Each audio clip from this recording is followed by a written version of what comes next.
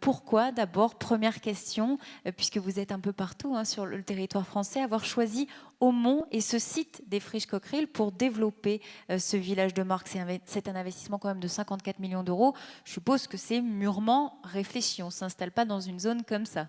La réponse est adossée à 2 points. La première, la commune de Aumont a organisé un concours, un appel à candidature pour aider au développement ou compléter le développement du parc commercial de Aumont-Louvroil.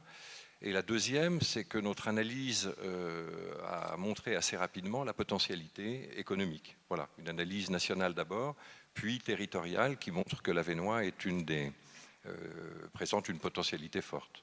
Alors vous avez donc réalisé une étude de marché et vous avez étudié une zone de chalandise qui est très importante. Hein, je crois 9,5 millions d'habitants, 90 minutes autour du village de Marcq, c'est ça? Oui, alors c'est un peu particulier pour ceux qui comprennent bien les études de marché autour de l'axe de commerce. On parle souvent de dizaines, de quinzaines, de vingtaines de minutes. Il s'avère qu'un village de marque, lui, attire une population beaucoup plus loin. L'extrémité d'une zone de chalandise, et je ne parle pas de Troyes qui lui tire beaucoup plus loin encore, c'est environ 90 minutes. Mais ce ne sont que des mesures isochroniques, trajet en voiture. Voilà. Et cela intègre bien sûr Bruxelles, Lille, etc., avec des équipements villages de marque déjà existants. Donc il faut pondérer cela. Mais à 45 minutes, il y a 2 300 000 habitants, ce qui présente un potentiel extrêmement important. Donc une zone à fort potentiel. Alors on en parle beaucoup, mais on ne sait pas forcément toujours à quoi ressemble un village de marque. Regardez quelques images. Alors, un village de marque porte bien son nom, c'est un lieu qui regroupe un certain nombre de boutiques dans lesquelles sont proposés des produits qui viennent de collections passées, qui sont des invendus. Et nous parlons là de marque et pas d'enseigne, c'est un petit peu la différence. Comme vous le savez probablement, par exemple dans le domaine du textile, les collections tournent extrêmement vite pour que les magasins, les boutiques présentent des produits très attractifs. Il y a donc besoin de liquider, de faire tourner les stocks. Voilà. Alors village, parce qu'on se rend compte que si l'architecture et l'organisation spatiale permettent inconsciemment ou consciemment de se retrouver dans une ambiance agréable et conviviale, celle d'un village, nos clients se trouvent bien évidemment mieux. Alors l'escale, là, combien de magasins on aura comme ça dans ce village? En fait, à terme, le village devrait porter sur 120 magasins, 120 ce qui représente environ 22 000 mètres carrés et un petit peu plus de 130 marques. Comment il peut profiter à ce qui existe déjà sans faire de l'ombre? Parce qu'il y a beaucoup aussi de commerces en centre-ville, il y a la zone commerciale tout autour. Oui, les villages de marque sont souvent accueillis comme des ennemis, principalement par le commerce structuré de centre-ville, en disant que cette offre commerciale va concurrencer. C'est effectivement des réalités. Par contre, il y a une contrepartie, c'est celle de l'attraction. Ce village, quand il sera terminé et mature, avec l'ensemble de ses boutiques, s'il fonctionne, ce que nous pensons, et les études le prouvent, devrait attirer entre 2 millions et 2,5 millions d'habitants, de clients. Tout le challenge pour nous consiste à faire que cette population qui se déplacera sur ce lieu puisse se promener, consommer, rester sur le territoire. Alors voilà, donc vous l'avez pensé comme un satellite. Vous avez aussi réfléchi à des opportunités pour le tourisme avec des liens notamment avec l'office de tourisme, un point d'accueil dans le village de Marcq. Je peux citer également un lien avec le zoo, ça aussi c'est en cours de réflexion. Oui. Et puis une navette fluviale. Oui, alors l'enjeu est difficile. Pour nous, il constitue une sorte de démarche civique ou en tous les cas morale. Il faut absolument permettre cet échange entre ce pôle périphérique et le pôle centre-ville structuré de commerce. Donc un certain nombre d'éléments, vous en avez parlé. Le zoo de Maubeuge, évidemment, si l'on peut montrer à chaque personne qui viendra sur ce village de Marcq qu'à Maubeuge, il y a un zoo, qu'il est de dimension régionale ou internationale et qu'il serait très intéressant de pouvoir y aller, ça nous semblait une évidence. Vous parlez de la navette, je ne l'ai pas oublié. À l'origine, j'avoue que quand nous avons eu cette idée, nous l'avons trouvée quasiment accessoire et nous nous sommes rendus compte qu'en fait, elle était extrêmement symbolique.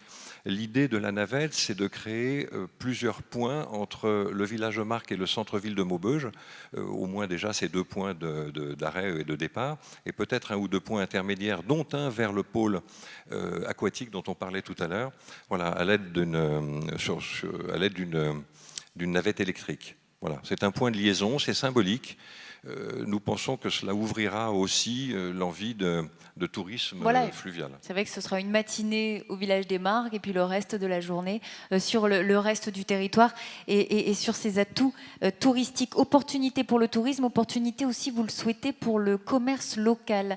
Vous voulez leur donner une place aussi dans ce village de Marques à travers, dites-nous, une zone de déstockage. Oui, alors il y a deux points. Un qui n'est pas simple à gérer, mais qui devrait avoir tout son intérêt, c'est que nous offrons des locaux sur 2 axes. Le premier, ce sont les créateurs de mode, puisqu'un village de Marques est souvent à 70 ou 80% une présentation de produits de mode. Mais aussi, nous offrons des locaux, et le travail est en train de se constituer petit à petit avec les associations de commerçants, des locaux à disposition des commerçants de centre-ville qui voudraient pouvoir profiter de cette attractivité immédiate pour liquider des stocks, solder des stocks. Mais il y a un autre point, peut-être vais-je devancer une de vos questions, c'est celui de la fidélité. Nous mettons en place, et ce qui est novateur pour un village de marque, et pas si simple de convaincre les marques, mais nous mettons en place un système de fidélité. En fait, tout euro dépensé dans le village de marque va fabriquer des centimes d'euros qui seront à dépenser exclusivement dans les commerces du territoire et pas dans le village de marque. Une belle passerelle entre le village de Marques et le centre-ville. Au-delà de ces opportunités, quelle perspective directe maintenant en termes d'emploi? Vous avez déjà un chiffre, hein? Oui, bien sûr. Il suffit d'observer les villages de marque traditionnels. Nous pensons que nous devrions atteindre un maximum de 700 emplois.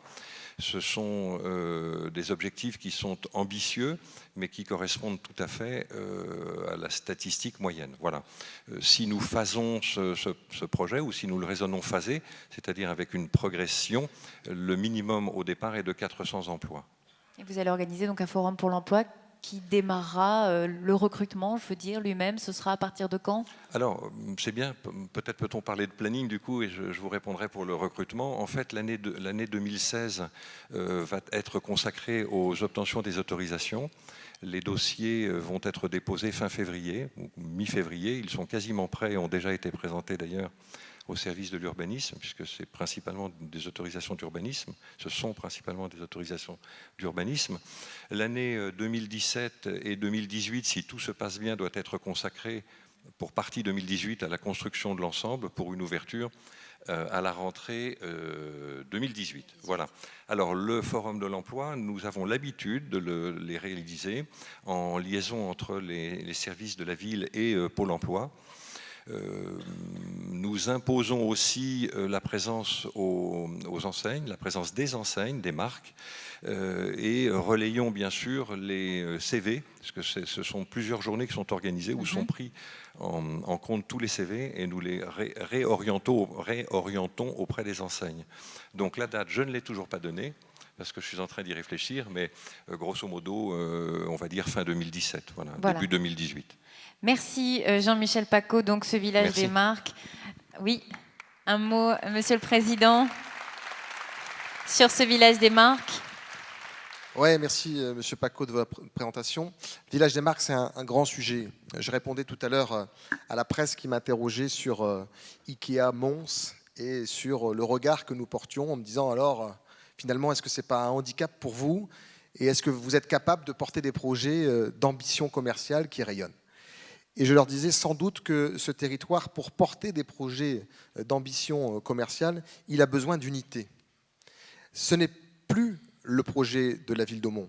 Je salue Stéphane Villemotte qui est là ce soir, et vous avez raison de le souligner, il y a d'abord une volonté municipale.